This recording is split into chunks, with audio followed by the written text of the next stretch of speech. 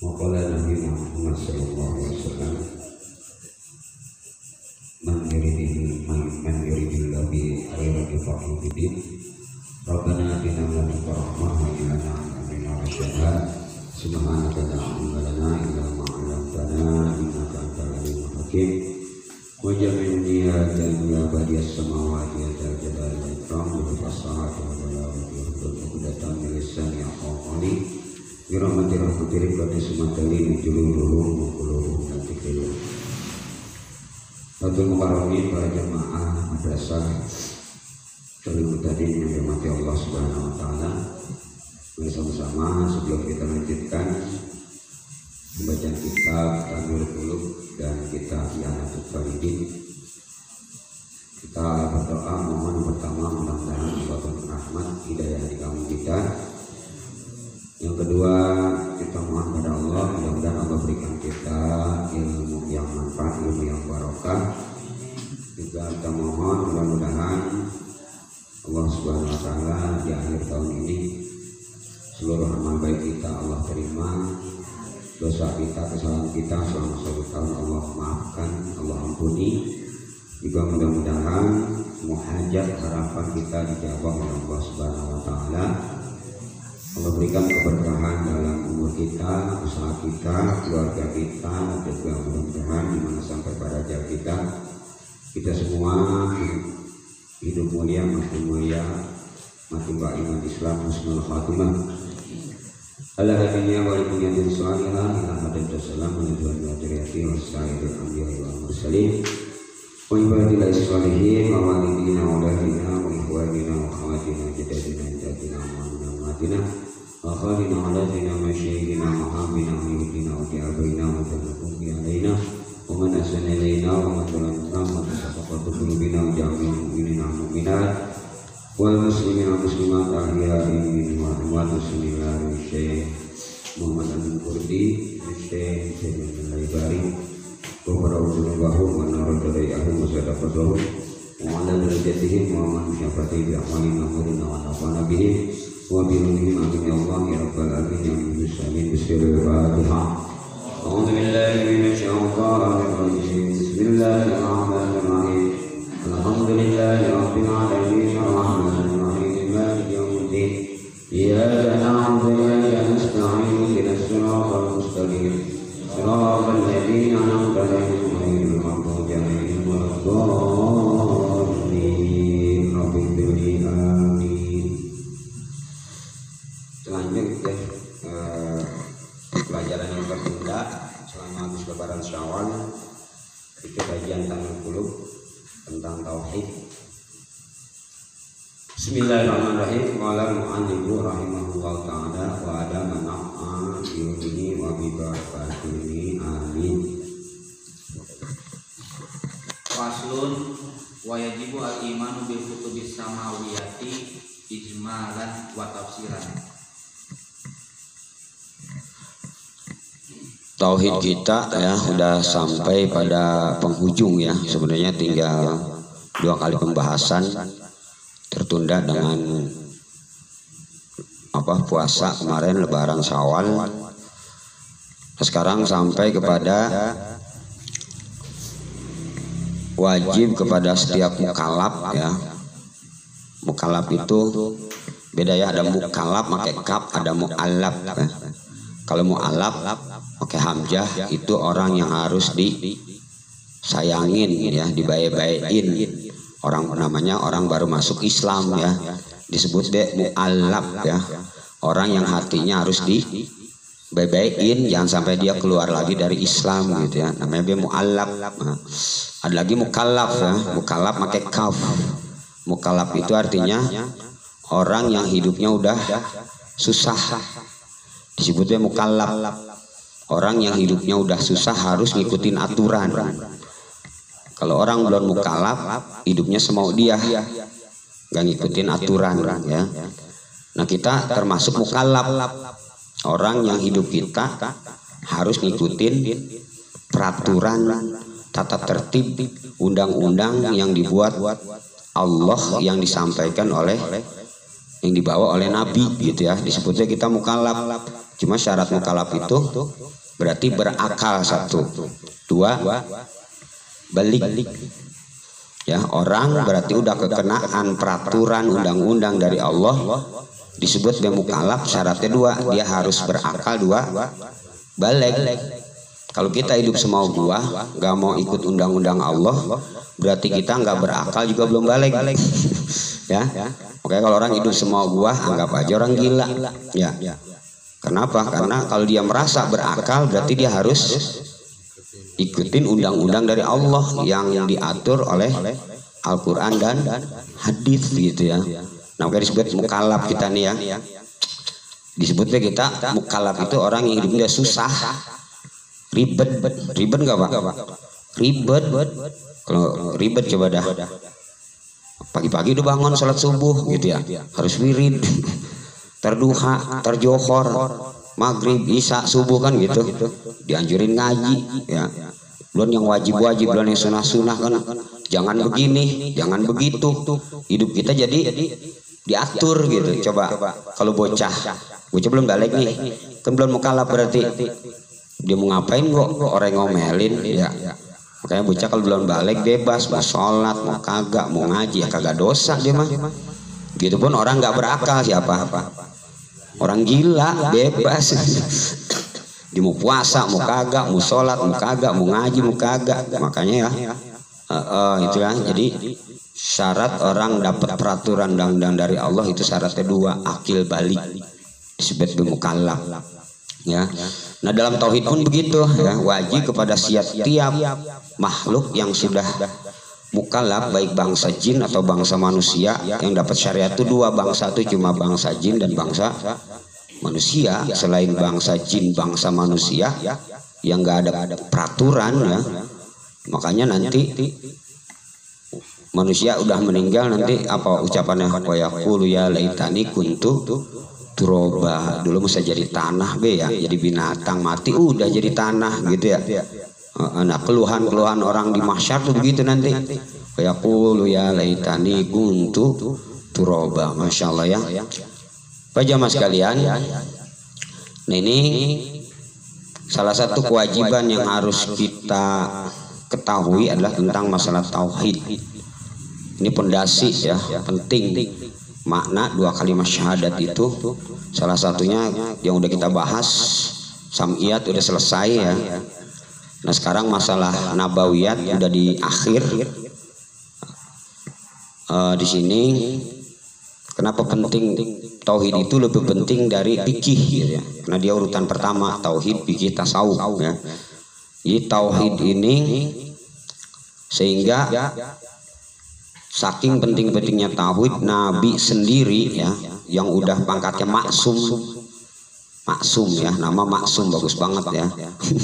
Maksum itu apa artinya? Orang yang dipelihara dari berbuat dosa, orang yang dijaga, diraksa, dipelihara oleh Allah dari melakukan maksiat, disebut maksum. Ciptaan Allah yang maksum cuma dua Pak. Siapa itu? Ismatuhum kasairil malaikah. Itu para nabi dan para malaikat. Itu dimaksum, di enak ya. Jadi malaikat mustahil berbuat dosa, para nabi mustahil berbuat dosa. Wali berbuat dosa nggak? Mungkin. Ustadz apalagi? Ya enggak. Nah itu ya. Nah di sini makanya Nabi Pak ya yang pangkatnya maksum, dia setiap habis sholat wiridnya tauhid. Coba dah Bapak yang Bapak baca ketika wirid dan ba'da sholat itu langsung duduk ya, langsung duduk aja. La ilaha illallah la syarikalah laul mulku walal hamdu wa huwa ala kulli syai'in qadir. Itu salah satu itu tuh ya. Makanya disunahkan kita apa tuh? Habis ba'da sholat kalimah tauhid itu dibaca 10 kali. Ba'da maghrib dan ba'da subuh ya, awal malam dan awal siang. Itu kita ditekankan banget baca la ilaha illallah la syarikalah laul mulku walal hamdu wa huwa ala kulli. Itu 10-10. Johor nggak disunahkan, asar nggak disunahkan, isya nggak disunahkan ya. Nah kemudian salah satu doa Nabi lagi yang setiap ba'diyah maghrib Rabbana la tuzigh qulubana ba'da idh hadaytana. Itu doa apa? Ya Allah, jangan kau plesetkan hati saya. Ya, jangan sampai hati saya ini setelah dapat hidayah pleset, udah rajin ngaji tentu berhenti ya. Udah sering bangun malam berhenti. Itu kan salah satu hidayah yang dicabut. Kemudian doa Nabi setiap pada sholat fardu kan ya. Allahumma ij'al khaira umuri akhirahu wa khaira amali yaumal liqa'i. Langsung duduk ya. Ya Allah, jadikanlah Allahumma ij'al khaira umuri ya, umurku yang baik. Allahumma ij'al khaira amali, dan amalan yang baik. Allahumma ij'al khaira amali juga yauma alqaqa ya. Dan ya Allah, jadikanlah ketika saya mati dalam keadaan baik. Artinya mati dalam keadaan ibadah, mati dalam keadaan iman Islam. Itu salah satu tiap ba'da sholat Nabi nggak pernah lepas ya. Masya Allah, pentingnya tauhid. Makanya kita ya dianjurkan ya perbanyak la ilaha illallah ya. Insya Allah nanti kalau kita sering ucapin la ilaha illallah Pak, nanti sekarat kita yang kita pikirin itulah ya. Karena banyak Pak, banyak sejarah ya dalam kitab Irsyad itu. Orang itu di sekarat kadang-kadang yang diucapin apa yang yang banyak tertanam dalam hatinya gitu ya. Jadi banyak orang ketika sekarat yang dia ingat yang waktu di dunia dia geluti gitu ya. Makanya boleh Pak kita punya dunia, punya bini 4, mobil 4 ya, rumah bertingkat, mobil mengkilat ya, apa keda kita punya silakan, tapi jangan taruh di hati. Duit boleh banyak, taruh di kantong, taruh di berangkas gitu ya. Kadang-kadang kan kita mau ora duit taruh punya di hati mau banyak banget. Bini atuh gora utuh di hati mau banyak banget, ono pengen ini pengen ya, ada cewek cakep dikawinin orang kita yang ngenes. Ya, Masya Allah tuh kayak hati begitu Pak ya. Masya Allah, kita mah bini atuh buat ya susah gitu ya. Di hati yang banyak banget bini orang ya. Nah jadi yang terlintas dalam hati akan banyak terucap di lidah. Hati-hati ya. Makanya dulu pernah saya ceritakan, nah di kampungan Ustadz Mahdi ada orang mati Pak nih, tiap harinya sibuk bengkel gitu ya, nganoin bengkel gitu motor, gak pernah sembahyang, gak pernah ngaji. Pas lagi sekarat yang dicapin apa Pak? Obeng, baut gitu, obeng gitu lagi sekarat begitu. Ya mungkin yang terlintas itu ya itu keluarlah ketika sekarat ya. Disuruh ngucap marah nyebut obeng gegep baut, dia nggak bukti itu kisah nyata ya. Ini kisah ya.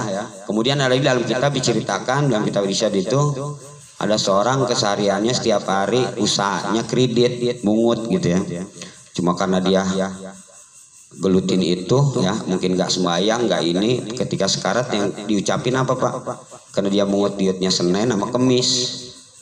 Apa pas syarat disuruh nyebut malah ngucapin Senin Kemis gitu ya. Itu ya, makanya kita hati-hati ya. Kalau kita ingat barang orang wadon, hati-hati sekarang. Ya nyebut bar di jidat barang orang wadon mulu. Ya nggak, ntar sekarat ngeri kita ya. Nah inilah makanya kita tanamkan tauhid kita supaya kita bisa ngucapin la ilaha illallah man qala la akhir kalimat dakhala jannah. Siapa orang di akhir hayatnya bisa ngucapin la ilaha illallah dijamin pasti masuk surga. Man sulit Pak ngucapin la ilaha illallah ketika sekarat tuh, kecuali di TV di Indosiar. Ya enggak, tukang maksiat kok gampang banget ngucapin asyhadu alla gitu ya. Kalau di TV gampang banget ya, tapi kayak secara bukti belum pernah kita ngelihat orang sekarat bisa ngucapin itu ya. Tapi kalau di TV, masya Allah, badung bandel kayak apa, gua gampang banget ya, asyhadu alla ilaha illallah. Nah itulah ya. Jadi nggak semudah ya. Pak jamaah sekalian, kenapa sih kita harus takut mati lepas iman? Nah disinilah ya. Wala ya'manu min makrillah illal qaumul khasirun, kata Allah. Orang yang merasa aman bahwa dia mati bawa iman itu ciri orang yang rugi. Ya, salah satu ciri orang yang rugi, dia merasa aman bahwa dia yakin dia mati bawa iman Islam. Kenapa tidak ada yang yakin bahwa iman Islam terkecuali orang yang mati dalam medan perang. Ini disebut mati syahid. Jadi semua manusia tidak ada yang yakin matinya bahwa iman Islam. Yang yakin bahwa iman Islam itu hanya orang yang mati dalam medan perang gitu ya. Disebut mati syahid. Syahid itu apa artinya? Masyhud, orang yang disaksikan bahwa dia mati betul-betul bahwa iman Islam. Disebut syahid. Makanya sahabat kalau perang tuh berebut. Kenapa? Yakin matinya bahwa iman gitu ya. Kalau kita misal masih ada perang pasti kita kok paling depan gitu ya. Paling depan. Kenapa? Kalau kita mati yakin masuk surga. Tapi kalau kita nggak perang belum tentu, Pak. Masya Allah. Itu kok matinya secara Islam dikubur ya, secara dohir aja kata Nabi. Nahnu nahkumu bidzahir. Saya nghukumin orang dohirnya Islam, KTP-nya udah sholatin, mandiin. Yakin nggak dia mati bahwa iman? Wallahu a'lam. Secara dohir dia Islam, tapi hakikatnya mati bahwa iman atau enggak? Wallahu a'lam. Nah itu ya, makanya kata Nabi, salah satu yang sering saya bahas, ketika sakaratul maut, setan itu Pak, ujian terakhir ya, ujian terakhir kita nanti ketika sekarat. Datanglah dua malaikat menyerupai bapak dan kakek sebelah kanan, sebelah kiri menyerupai ibu dan nenek. Yang sebelah kanan ngaku Yahudi, sebelah kiri ngaku Nasrani. Kata kakek yang bawa gua agama Yahudi, wah gua selamat bahagia. Padahal setan Pak. Sebelah kiri ngaku emak sama nenek, gua beragama Kristen. Bimbang hati Pak tuh goyang. Ini bapak sama kakek, ini nenek sama ibu. Katanya dia Kristen, dia Yahudi. Kalau kita condong sebelah kiri Nasrani, condong sebelah kanan Yahudi. Berarti kan kalau kita berkata iya di hati kita ketika sekarat, langgeng Pak kita di neraka. Kita nggak tahu ya enggak. Nah yang menyelamatkan di situ apa Pak? Innal ladzina qalu rabbuna Allah tsumma istaqamu. Ingat nih. Sesungguhnya orang-orang innal ladzina qalu, orang-orang yang berkata rabbuna Allah. Tauhidnya benar tuh, maksud rabbuna Allah. Tauhidnya benar. Tsumma istaqamu, kemudian istiqomah, tauhidnya sampai ke bawah mati, amalannya istiqomah. Tatanazzalu alaihimul malaikah, tuh orang yang tauhidnya benar, amalnya istiqomah, ngaji terus, sholat bangun malam baca Quran istiqomah lah, nggak berhenti. Tatanazzalu alaihimul malaikah, ketika sekarat malaikat datang. Tatanazzalu alaihim itu Pak tafsirnya, tatanazzalu alaihim malaikah, turunlah malaikat ribuan musir jin-jin setan-setan yang ada sebelah kanan kiri. Allah takhafu wala tahzanu. Apa ngomongnya? Alat yang takut wala tahzanu, yang sedih. Langsung wabsyiru bil jannah, dikasih gambaran sorga Pak. Pak kita sekarat tuh kita lihat bayangan sorga. Jadi bayangan sorga tuh ketika sekarat kita makanya suka senyum. Ada ciri apa, ngerut di dahi ya. Nah itu ciri orang mati husnul khotimah gitu Pak ya. Terus lidahnya suka ada di atas. Dalam kitab Tadhkirah Qurtubi itu ciri orang matinya beriman, lidah ada di lak-lakan, ininya berkerut, ngeluarin keringat, terus agak senyum dikit ya. Itu ciri yakin orang matinya beriman. Kenapa? Diberi kabar gembira malaikat, tuh sorga dibayangin keindahan, walaupun sekejap bisa kelihatan semua gitu ya. Inilah pentingnya kita menjaga keimanan, tauhid ya. Mudah-mudahan kita ya husnul khotimah semua ya. Nah di sini berikutnya wajibu apa tadi?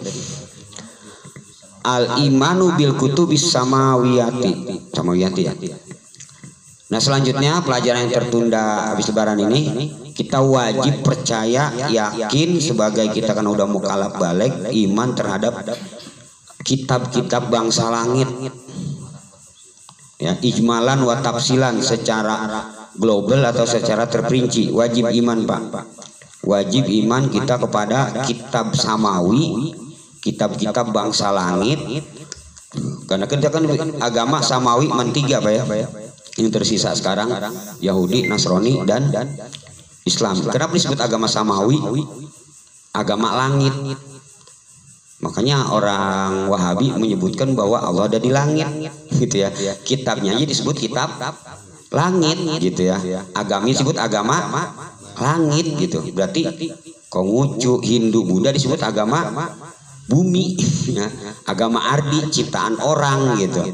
Nah tapi walaupun bahasanya kitab langit, agama langit, kita nggak boleh meyakini Allah ada di langit. Tetap ahli sunnah mah ya.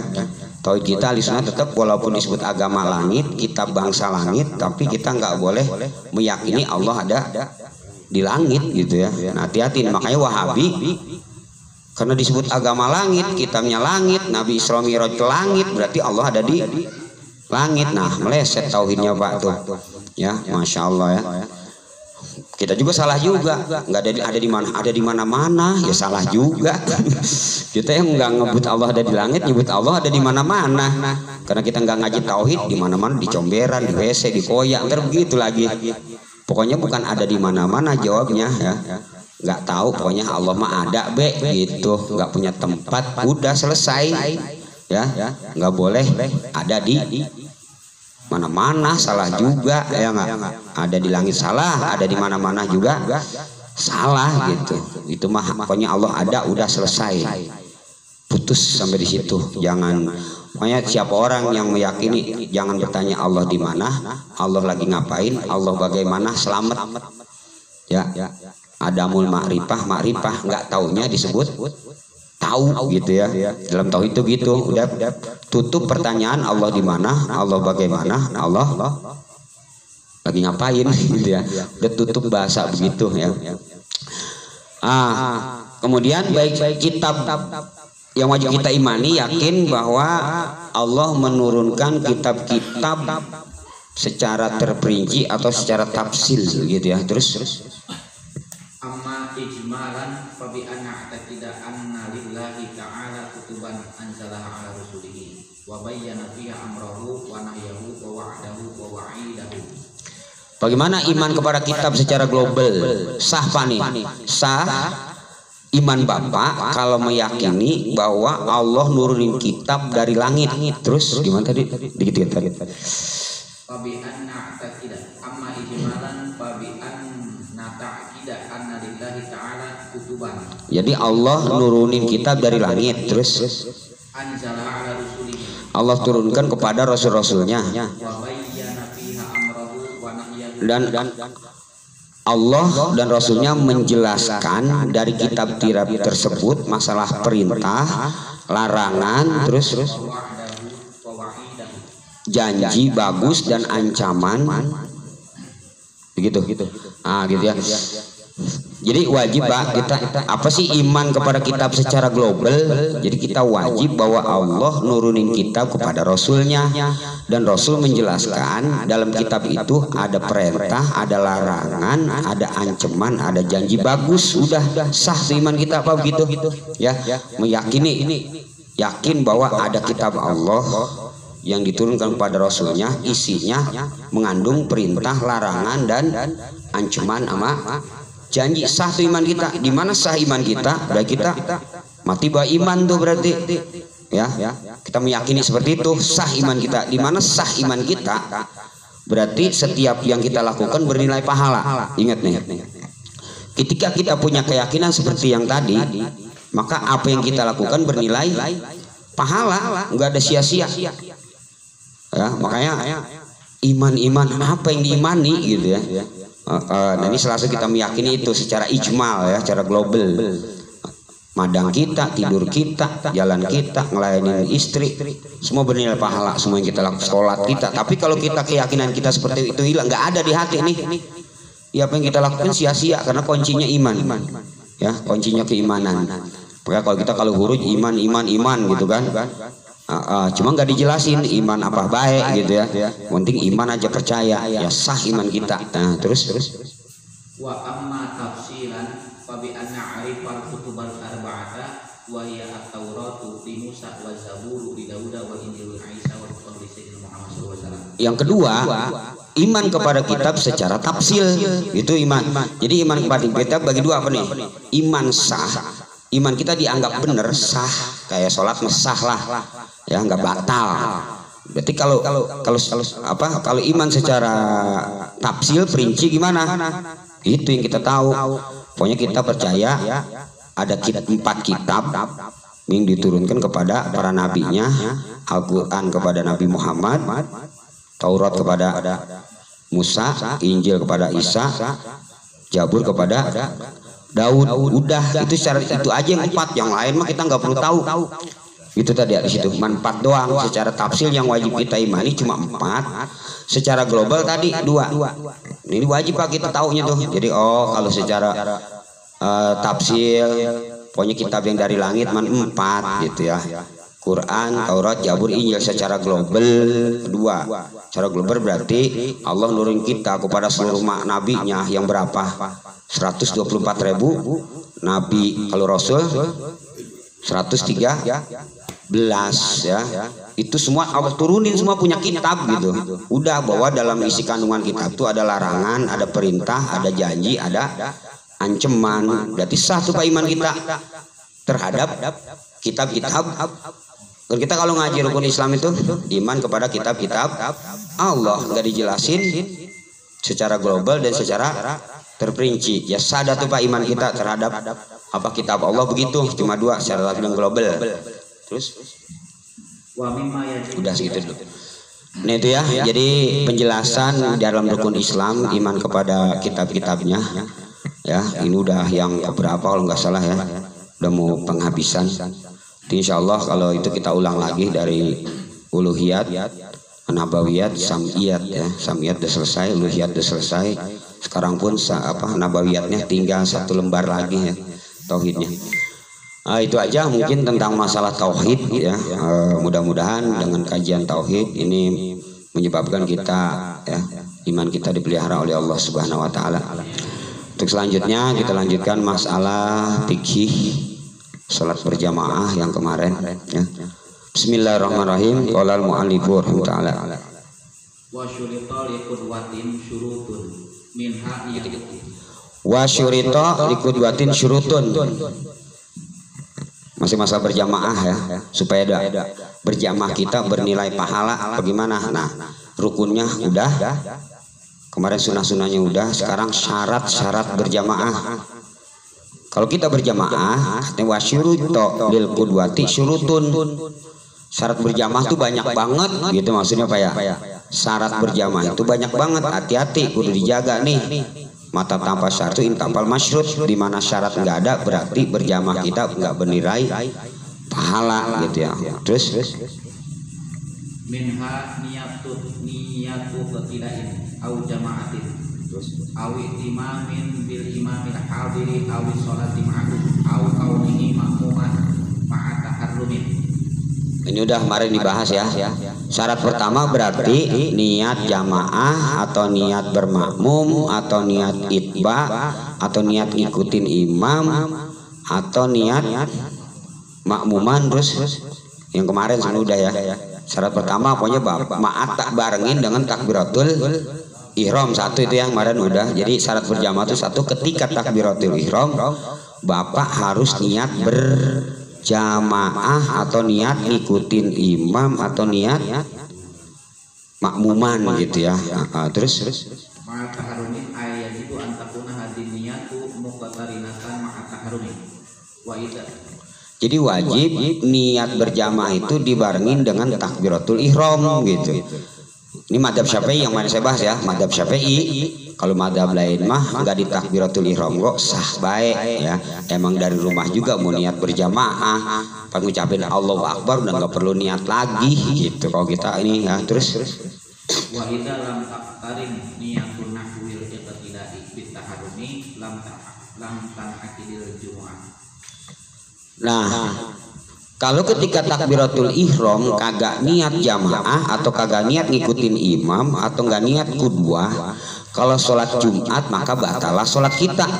Ingat Pak ya, Bapak bermakmum di dalam sholat Jumat. Ketika takbiratul ihramnya nggak niat berjamaah, nggak gini makmuman atau jamaatan usolli pada Jumati rokaataini jamaatan atau makmunan atau iktidaan terserah ya, atau kudwatan bahasa Arabnya mah nggak nyebut itu tuh, maka sholat kita nggak sah Jumat kita. Kalau nggak sah gimana selesai? Ya sholat johor kodoknya. Orang-orang pulang kita sholat johor, komat be ya. Kok komat? Ya karena tadi saya nggak niat berjamaah kan, salah satu syarat berjumat itu harus niat jamaah. jamaah. Terus istiratil jamaati fiha, karena Jumat mah syaratnya berjamaah. Selain sholat Jumat nih, Johor, asal maghrib, bisa subuh, jamaah itu nggak jadi syarat sholat. Bapak sholat sendiri sah nggak?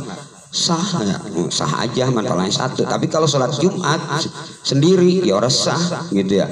Makanya disyaratkan harus niat jamaah kalau sholat Jumat mah. Terus watan akidu ghairu haidul Jumat furoda, kalau selain sholat Jumat kagak niat berjamaah, walaupun kita berjamaah tetap dihitung sholat sendiri gitu ya. Bapak sholat nih Johor berjamaah tapi nggak pakai di hati, nggak terlintas niat jamaah, lupa gitu ya. Yaudah sholatnya sah tapi dihitung sholat sendiri karena nggak niat berjamaah ketika takbiratul. Kenapa? Karena hukum niat berjamaahnya sunat supaya dapat pahala berjamaah. Terus walau tarakaha dihin niyata aw syakka fiha wa tabi'a musalliyan fi fi'lin ka'an hawali ruku'i mutabi'an lahu aw fi salamin bian qasoda dzalika min ghairi iktida'in bihi wa tala urfan intidaru lahu wa talat sholatuhu. nah, ada masalah kita ikut imam tapi batal sholat kita. Dua Pak sebabnya. Satu, kita berjamaah nih, batal sholat kita jadi makmum. Usolnya benar, bacaannya benar, kok bisa batal? Satu, kita ikut berjamaah, ketika takbiratul ihram kita kagak niat berjamaah, kita ngikutin imam baik ya, kita diem be orang bacaan gitu ya. Kita baca surat bismillah, Fatihah dia baca surat apa misalnya Wadduha, kita diem be nungguin imam lama banget gitu ya, kagak mau ruku ya. Pas giran ruku kita ngikut, giran sujud ya, pas tahiyat kita udah tahiyat desel dia apa kita nungguin imam belum selesai, jadi terlalu nunggu lama ketika berdiri ya. Tapi kita nggak niat berjamaah tapi ngikutin imam, maka batal sholat kita gitu Pak ya. Yang kedua, atau ragu-ragu, batal sholat kita ketika takbiratul ihram tengah-tengah ragu-ragu kita. Tadi niat berjamaah apa kagak ya? Niat berjamaah apa kagak ya? Nah, sedangkan kita ngikutin imam baik, kita imam bacaan surat lama banget kita tungguin be, kan intidornya lama tuh ya. Karena tapi kita ngikutin, tapi nggak ragu-ragu dalam berjamaah, maka batalah sholat kita. Mendingan kalau nggak niat berjamaah nyusul aja, udahin duluan, atau yang nggak intidor ya, nggak nungguin imam yang bacaannya lama gitu ya. Terus waniyatu imamatin au jama'atin sunnatun di imamin fi ghairi jumu'ah. Sekarang niat jadi imam bagaimana? Ini masalah imam ini. Tadi masalah makmum, sekarang masalah imam nih. Imam niat berjamaahnya wajib nggak? Sunnah sama ya. Ketika sholat Johor, asal, maghrib, isya, subuh, ini niat berjamaahnya sunnah gitu. Di takbiratul ihram gitu ya. Kalau sholat Jumat ini si imam wajib niat jadi imamnya sama gitu ya. Berarti ya tadi. Jadi kalau yang suka jadi imam Jumat nih, imaman nyebut imamannya di hati wajib ketika sholat Jumat. Tapi kalau selain sholat Jumat nyebut imamannya sunat gitu. Terus tujuannya apa? Tujuannya agar supaya dapat pahala berjamaah. Terus karena ada ulama yang mewajibkan tentang masalah si imam niat berjamaah ya, niat imam ya, niat jadi imam hukumnya wajib gitu. Terus watasihu niyatuha ma'a taharrumihi wa ilam yakun khalfahu ahadun. Sekarang gimana Pak? Bapak sholat dewekan di masjid nih. Bapak pas takbiratul ihram padahal nggak ada makmum tapi niatnya jadi imam, boleh nggak? Boleh gitu Pak ya. Bapak sholat di masjid dewekan, niatnya make imaman, usolli pada duhri arba'rokatin mustawa imaman lillahi ta'ala, padahal dewekan tapi diniatin jadi imam, sah gitu ya. Dapat nggak pola berjamaah? Dapat katanya. Terus in wasaqo bil jamaati ala auja li anau sayasiru imam. Kalau dia yakin bahwa ntar ada yang ngikut di belakang gitu ya, yakin. Bapak boleh sholat dewekan niat imam tapi yakin bahwa bakal ada yang nembrong gitu di belakang kita. Terus wa ilam yanwi walau li adami ilmi bil muqtadin asra lahu al fadlu dunahu. Apa tadi? Wa ilam yanwi al imamu walau li adami ilmi bil muqtadina asra lahu al fadlu dunal imam. Bagaimana kalau dia nggak niat imam gitu tadi? Si imam ini nggak niat imam, di tengah mungkin ada orang ikut berjamaah, hasil nggak? Hasil gitu ya, hasil pahala berjamaah gitu ya. Walaupun nggak niat imam, tapi ada orang nembrong di belakang kita, dia nggak tahu, tetap dapat pahala. Oh ya, hasolalahum, hasil bagi si makmum pahala berjamaah, si imam nggak dapat. Bisa gini Pak, Bapak sholat sendirian di masjid, terus sholi nggak niat imam gitu ya, tetapnya di tengah-tengah ada orang ngikut sama kita, ya yang makmumnya mendapat pahala berjamaah, kita yang imam nggak dapat karena kita nggak di takbiratul ihramnya nggak niat imaman gitu. Makanya disunahkan kita walaupun nggak ada jamaah imaman, siapa tahu ada yang nembrong gitu ya. Saking pentingnya berjamaah. Terus Wa in nawahu fil atna'i asralahu al-fadlu min hina idin. Nah, bagaimana boleh nggak Pak bagi si imam niat berjamaah di tengah-tengah sholat? Kan tadi niat imaman atau niat makmuman harus di takbiratul ihram. Bagaimana kalau ada orang niat jadi imam di tengah-tengah? Sah, boleh dapat pahala berjamaah. Bapak sholat sendiri, sok ada yang gebuk dari belakangnya lepak gitu ya.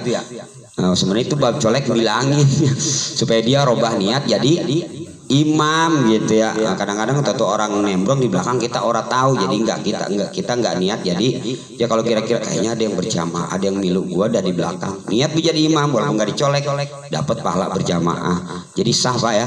Jadi niat imam di tengah-tengah ketika ada orang nembrong sholat sama kita, paham ya? Paham ya? Makanya ada bab colek gitu ya, supaya si imamnya niat berjamaah sebenarnya ya gitu ya.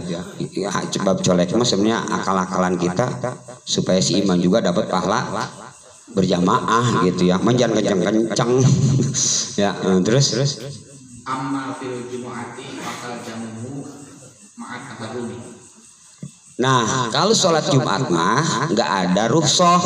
Pokoknya kalau sholat Jumat mah wajib niat imamannya atau niat makmumannya harus di takbiratul ihram. Kalau sholat 5 waktu mah boleh niat imaman di tengah, boleh Pak ya.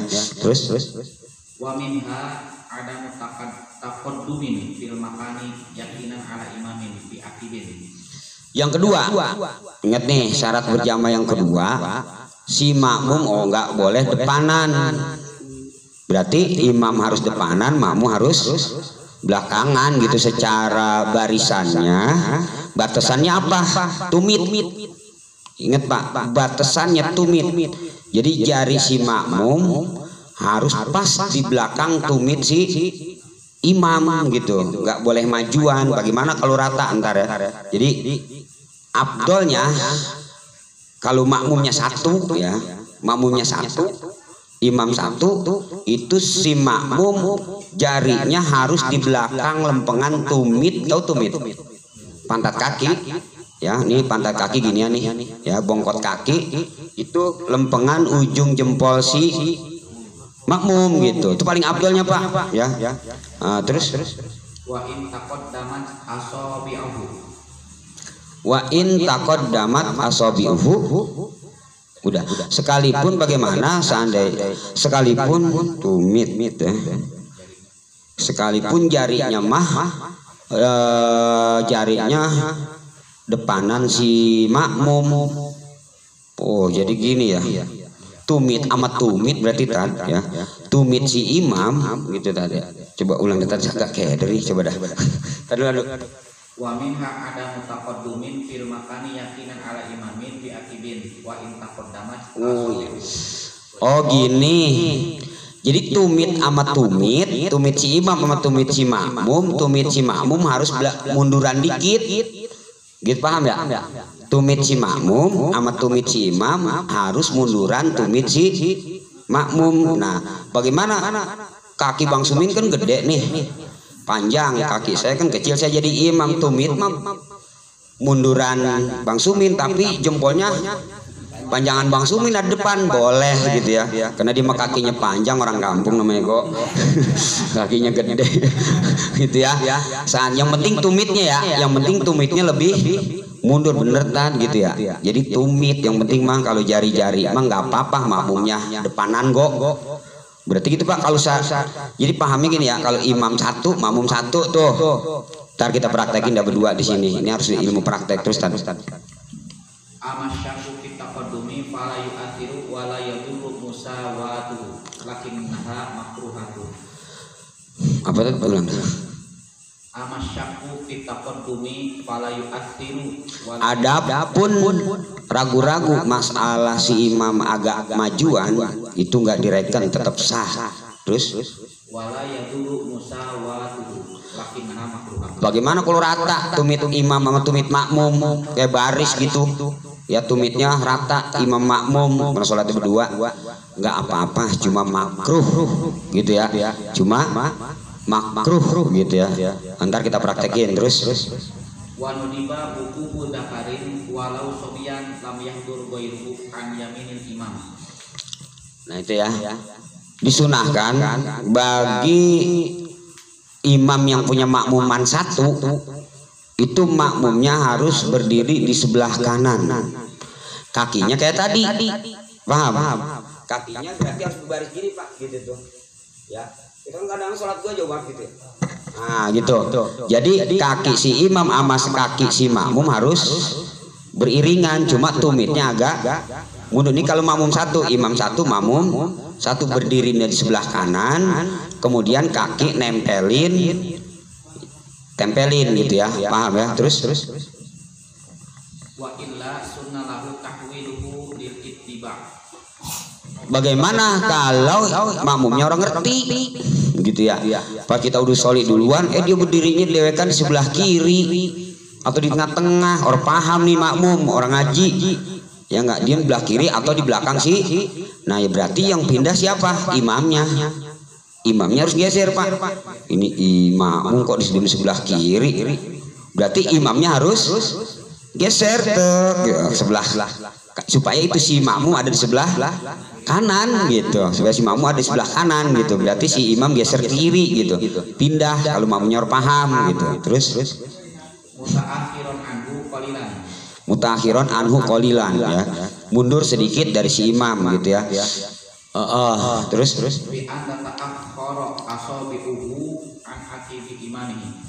nah berarti berarti di sini mah ini ya, berarti jari-jari si makmum harus lempengan tumit si imam kalau ini mah ya, bianta akhir ya tadi. Terus Wa kharaja bin dzakari al-unsa fataqifu khalfahu ma'a mazidi ta'akhurin. Nah kalau kita berjamaah sama bini gimana Pak? Nah kalau berjamaah sama bini, makmumnya bini kita, berarti harus lempeng ya. Imam di depan, bini kita di belakang, lempeng sama si imam, jauh lagi jaraknya, yang penting jangan lebih dari 1,5 meter tuh ya, jangan lebih dari 1,5 meter.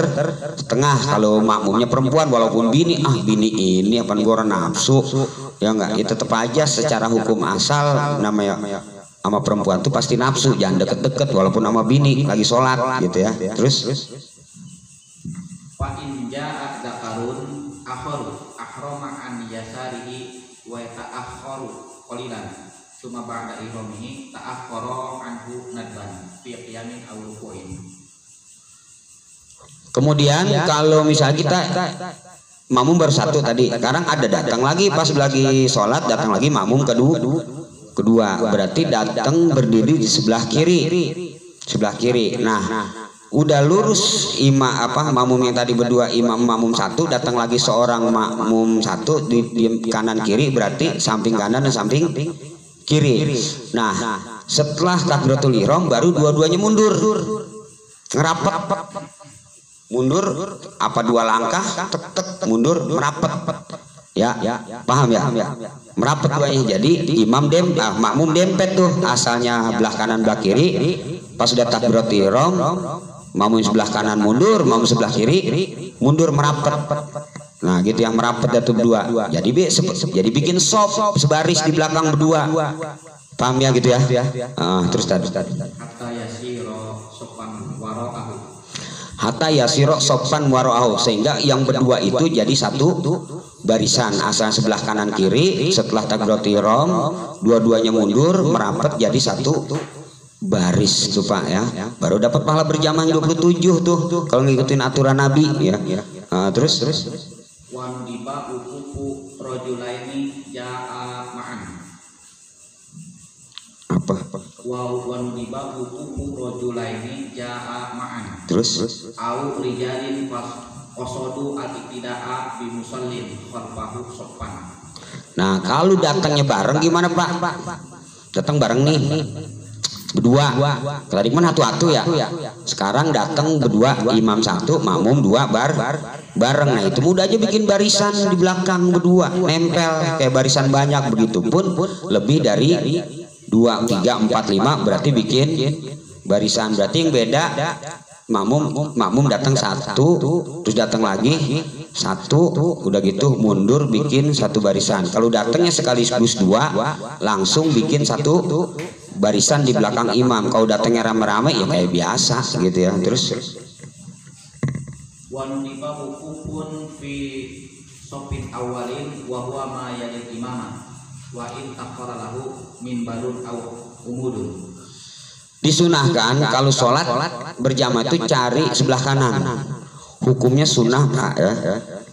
Hukumnya sunnah Bapak utamakan cari barisan paling depan, kemudian yang ada di sebelah kanan gitu ya, yang paling dekat dengan imam gitu. Terus wal mudaw wa matu ala wuqufi fihi li qouli alaihi salam innallaha wa malaikatahu yusholluna ala sufufil muqaddamah. Masya Allah. Dalam hadis kata Nabi, sesungguhnya Allah dan malaikat Allah selalu memberikan rahmat kasih sayangnya selama hidupnya, dari pagi bangun tidur sampai tidur, selagi dia berada di sop sebelah kanan dan paling depan.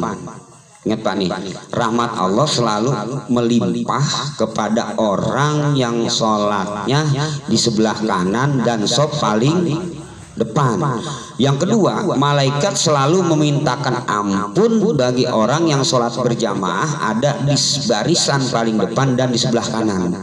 Tuh Pak ya, keuntungan orang yang berjamaah, tambahan pahalanya yang ada di sop pertama, barisan pertama, dan ada barisan paling depan di sebelah kanan. Allah selalu mengiringi dengan rahmat. Kedua, malaikat memintakan ampunan dosa. Masya Allah ya, berebut Pak tuh ya. Makanya seandainya orang tahu keutamaan azan dan sop pertama, orang pasti merangkang berebut ngudak-ngudak sop barisan pertama, bahkan bisa diundi, dikocok. Sekarang barisan pertama giliran gue ya gitu. Boro-boro ya. Seandainya orang tahu kehebatan keutamaan barisan pertama dan sebelah kanan imam. Terus ya. Wali qauli alaihi salam law ya'lamin nasu ma fil adani wa safil awal tsumma lam yajidu illa yastahimu alaihi lastahamu. Saat kata Nabi, seandainya orang tahu padilah adzan, seandainya orang tahu padilah adzan nih, pasti orang berebut, karena nggak tahu malah main dorong-dorongan. Kalau imam nggak ada yang mau Pak, tapi kalau adzan, seandainya tahu kehebatan ibadah adzan, Masya Allah, orang pasti belut. Seandainya dia nggak kebagian, besoknya pasti laporan ke RT, undi aja giliran saya besok. Karena kita nggak tahu, jadi nyantai be ya. Yang kedua, seandainya orang tahu kehebatan sop awal, barisan pertama dalam sholat berjamaah, begitu juga pasti orang pengen diundi, karena dia jarang kebagian barisan pertama, dikocok. Oh sekarang giliran saya. Saking hebatnya padilah azan dan barisan pertama di belakang imam. Masya Allah. Terus berarti 3 apa ya jaminannya? Satu, rahmat Allah. Dua, mintaan ampunan dosa dari malaikat. Ketiga, fadilahnya nggak ada yang tahu tuh ya, lo ya lamu sebabnya. Wa afdalu kulli sofin yaminuhu. Wa afdalu kulli sofin yaminuhu, paling besar-besar pahala berjamaah gitu orang yang berada di sebelah kanan imam. Terus Walau tarodafa yaminul imami wasoful awwalu kuddima fima yanharu. Seandainya sok awal dan sebelah kanan, utamain mana? Kita ada sebelah kanan, ada di barisan pertama, tapi ada di sebelah kiri, gitu ya. Duluin yang sebelah kanan, walaupun barisan kedua berarti ya. Walaupun barisan kedua, yang penting belah kanan. Jadi tetap Pak, di sini mah katanya, Kodimas sopul awal. Oh, duluin sop pertama walaupun ada sebelah kiri. Bapak datang ketinggalan, tapi barisan kedua ada sebelah kanan, belah kiri masih kosong. Emang orang pengen belah kanan baik.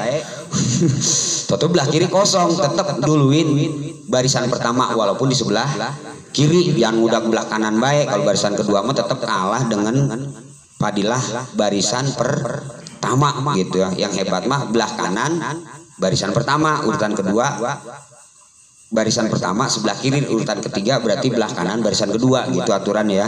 Boro-boro berebut berjamaah ke ora ini mah. Terus Wa yaminuhu aula minal qurbi ilal imam fi yasarihi. Sebelah kanan walaupun jauh di pojokan, jauh dari imam, itu lebih besar pahalanya daripada sebelah kiri walaupun dekat imam. Tuh ya, Bapak dekat imam tapi sebelah kiri.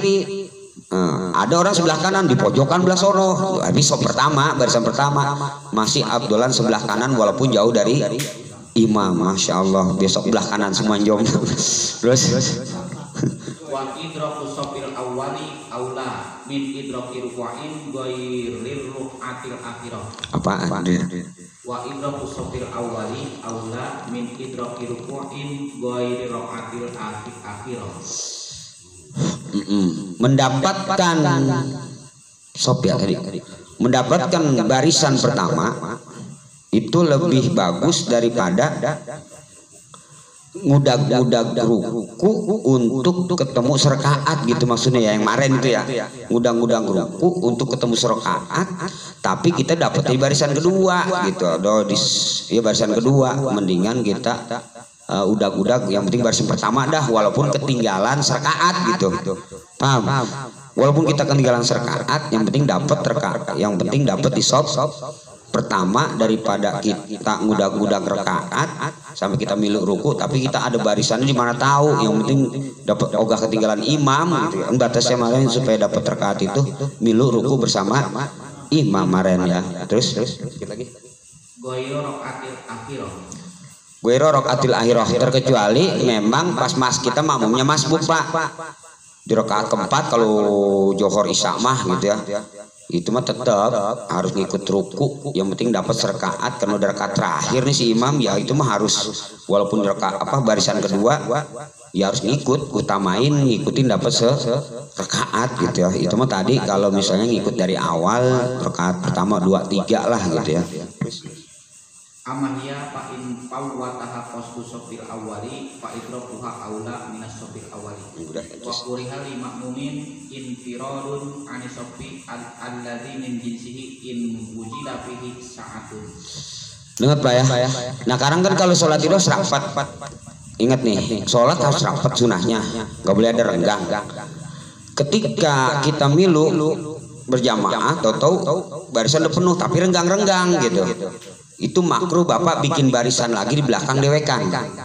Harus nyelag aja udah, ini renggang kayak barisan renggang dah, nyelag aja, nyesep di barisan yang renggang. Kalau Bapak masih ada celah untuk ikut di barisan pertama, makruh kita sholat sendirian bikin barisan sendirian doang, tapi nya nggak ada temen gitu ya, dewekan doang di barisan kedua, padahal barisan pertama masih renggang nggak rapet gitu. Terus wa syuru'un fi shaffin qabla itmami ma qablahu minas shaffi. Barisan pertama belum penuh, kita bikin lagi di barisan kedua, itu pun makruh juga. Biasa terawih nih ya, Biasa terawih barisan pertama kedua aja belum penuh udah ngejak lagi barisan ketiga. Ya enggak, itu makruh ya. Makruh ya, barisan pertama belum penuh kita udah bikin lagi barisan kedua rame-rame. Yang bilang gue masih kurang. Terus atau barisan kedua belum penuh kita udah bikin lagi barisan ketiga, malam makruh boro-boro dapat pahala berjamaah. Itu kayak sholat terawih. Nah, kalau sholat mayit mah nggak harus penuh Pak, yang penting bikin 3 baris gitu ya. Beda sama sholat mayit. Kalau sholat mayit mah walaupun nggak penuh tetap harus bikin 3 baris. Nah, dikit lagi dari 1 aja. Wa wuqufun dzakari al-fardhi an yasarihi wa wara'ahu wa muhajiyan lahu wa mutaakhiron kathiron. Makruh. Nah, ada 3 lagi yang makruh terakhirnya ya. Makruh bagi orang yang makmumnya sendiri, itu makmum satu makruhnya diam di sebelah kiri. Yang kedua, makruh orang yang makmumnya dewekan, imam dewek, makmum dewek, itu lempeng dengan imam. Ketiga, makruh bagi makmum yang sendirian gak ada temennya, lempeng dengan si imam, barisannya lempeng orang mundur. Makruh juga terlalu jauh ya, tadi coba apa? Mutahiron kasiron jauh banget gitu, ukuran setengah meter. Makmum dewekan mah nggak boleh lebih, harus ada lempengan imam, mundur sedikit doang. Itu ya. Jadi gitu simpulannya. Nah sedikit kita praktekin ya nanti, ilmu praktek penting. Coba tadi berdiri. Ini siapa ini? Ya. Gini nih ya. Tadi yang dibacain simpel aja sih. Ini kalau misalnya sholat berdua, ini pada sono. Nah misal sholat berdua, berarti di sini Pak tuh gitu sholatnya, empel gitu. Ya kalau bareng nih, makmum berdua, gitu. Nah makruh berarti kalau kita di sini atau di sini, ketiga atau jauh banget gitu segini. Walaupun di sebelah kanan, tapi di sini itu makruh ya. Jadi yang bagus kalau berdua tuh segini begitu tuh. Yang penting tumit kita lebih mundur dari si imam, tumit kita begini. Nah ketika kita udah datang gini satu yang tadi, nah datang lagi satu makmum, berarti diri sebelah kiri sini. Coba tadi ente coba paham be gitu ya. Nah diri situ. Nah setelah dia udah Allah Akbar dua-duanya, kita mundur belakang rapat begitu. Nah bikin barisan gini gitu ya, paham ya? Gitu. Kalau makmumnya satu-satu, kalau makmumnya berdua sekaligus datangnya bareng dua, ya udah bikin di sini rapet gitu ya. Jadi kalau makmum dewekan Pak makruh. Jadi kalau makmum udah tadi ya, berarti kalau makmumnya dewekan kita begini makruh nih. Jadi makmumnya dewekan mah harus di sini gitu ya. Nggak boleh mundur jauh-jauh segini, makruh. Segini makruh gitu ya. Paham ya? Jadi kalau ada orang sholat sendiri tadi, kita wajib niat berjamaah. Terus si imamnya kalau bisa ngehin bahwa ada makmum supaya dia niat imamah gitu ya. Itu aja mungkin ya. Nah, cara praktek mah simple. Udah tadi berarti. Yang pemain datang sebelah kiri nah imam pindah. Oh iya, masalah pindah misalnya makmumnya paham tadi ya. Makmumnya paham datang sebelah kiri, berarti dia yang geser. Coba sebelah sana dikit apa? Nah gitu tuh. Nah misalnya dia di sini atau di sini, ya berarti kalau imam itu jauh, berarti ente mundur tadi gitu. Nah pindah sebelah kanan, ente mundurin gitu supaya deket. Mundurin supaya begitu jaraknya, kan jauh makruh. Ya, jadi imam yang paham di situ. Ya. Gerak-gerak dalam berjamaah boleh nggak Pak? Boleh. Ya gerak-gerak dalam berjamaah ketika ngurusin gitu, nggak apa-apa. Yang penting jangan terlalu banyak geraknya satu-satu. Cara geraknya kok. Kalau makmumnya nggak paham nih, makmum dua tadi, yang satu nyusul kan, terus yang satu kan habis takbiratul ihram langsung mundur satu, satunya lagi nggak paham, nggak mundur gimana? Didorong sama si, ya nggak apa-apa. Nah makanya dalam sholat itu ada bab mukul yang melampaui batas itu bisa batal sholat. Berarti kalau mukul yang tidak melampaui batas, maksudnya gerak tangan atau nyolek makmum yang nggak melampaui batas, cuma geser aja sama si makmum itu, dorong atau ditarik sama yang sebelah kiri gitu aja, jangan ngomong gitu ya. Ya ini sih iya ya, kadang-kadang susahnya orang paham ya. Ada lagi imamnya ditepuk tapi dia nggak dikerasin bacanya itu gimana? Maksudnya, Masalah bacaan keras hukumnya sunat. misalnya kita Bacaan keras hukumnya sunat, baik johor, maghrib, isya. Kan bacaan keras itu maghrib, isya, subuh ya. Ketika bacaannya dipelanin, hukumnya sunat ya baca keras itu. Berarti kalau nggak keras pun nggak. Sebenarnya sholat sendiri atau sholat berjamaah yang namanya sholat maghrib, isya, subuh itu harus keras. Ya, gitu. Ya bapak sholat sendiri nih, sholatnya sholat maghrib, sunah nggak keras bacaannya? Sunah keras gitu kalau sholat sendiri. Coba bapak kalau sholat maghrib di rumah dewekan, kira-kira bacanya keras pelan? Kerasin walaupun dewekan. Namanya maghrib, isya, subuh sunah dikerasin, syukuran kayak sholat berjamaah begitu. Kalau johor masar kan sunah pelan gitu ya. Terus ada lagi pertanyaan?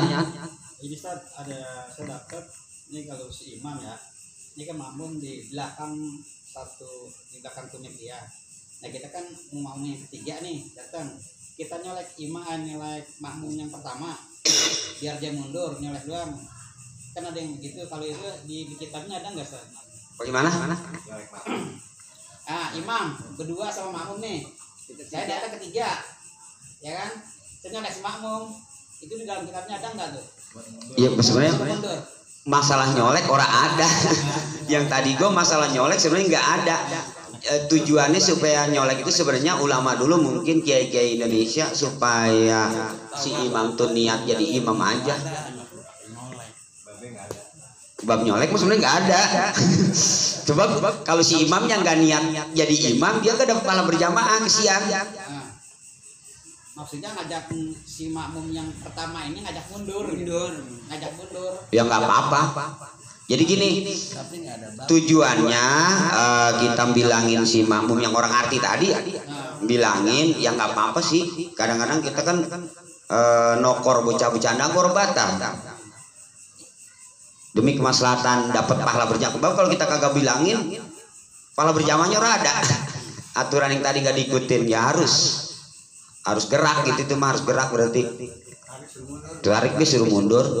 Kalau yang sekarang ikut tuh yang tadi mau ada, yang kayak Ustaz Praktek tadi kan jarang yang make. Iya jangan. Iya banyak kan yang orang gitu, nempok ini biar mundur. Oh nepok. Iya. Ya bagaimana itu caranya? Itu mah nepok aja nggak ada babnya. Ngebuk gini misalnya kita lagi sholat kan suka digebuk. Itu pun nggak ada perintahnya. Nggak ada bab nyolek atau bab nepok, nggak ada. Atau bab narik pun nggak ada. Cuma itu mah anuan inisiatif sendiri be. Yang penting kita nggak batal dan tidak hilang pahala berjamaah. Ya kayak bab nyolek, bab nepuk, bab narik ya emang nggak ada. Semua juga nggak ada. Ya dehem mah batal pisan. pengen imam, pengen ikut. Oh berarti ada imam belakang nih. Belum mulai. Oh sebelum mulai takbiratul ihram. Ya nggak apa-apa dah, mendingan begitu. Ya itu sebelum takbiratul ihram dehem gue jadi imam ngomong ya orang mendingan ngomong. Terserah deh itu mah ya. Yang penting pahala berjamaah 27 nggak jadi makruh gitu aja. Ya ada lagi? Cukup ya. Nanti sopnya keburu basi ya. Ini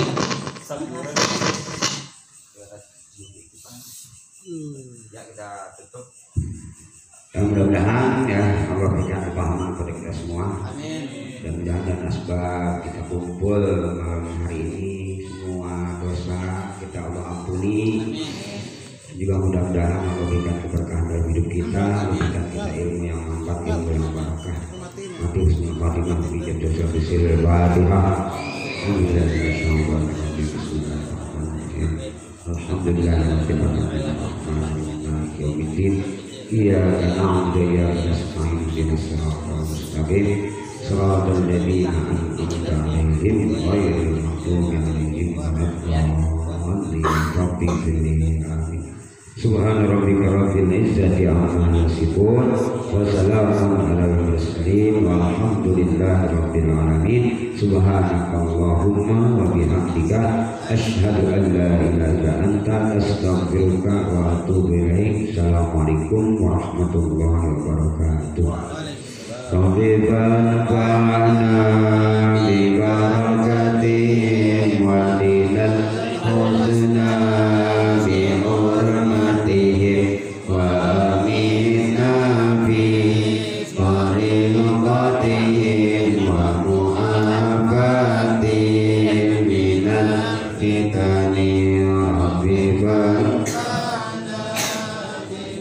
Nukatin wadinal husna bihormatin wa amin nabi tariqatihim wa mu'afatin minal fitani Allahumma salli wa sallim wa barik alaih. Ya silakan di senang itu Bang Sumin, udah, Bang Sumin ini dua. Sapnya lagi dipanasin. Sapnya masih dipanasin. Itu gorengan kan? Iya, sapnya belum. Campuran ini kan sop gorengan ini.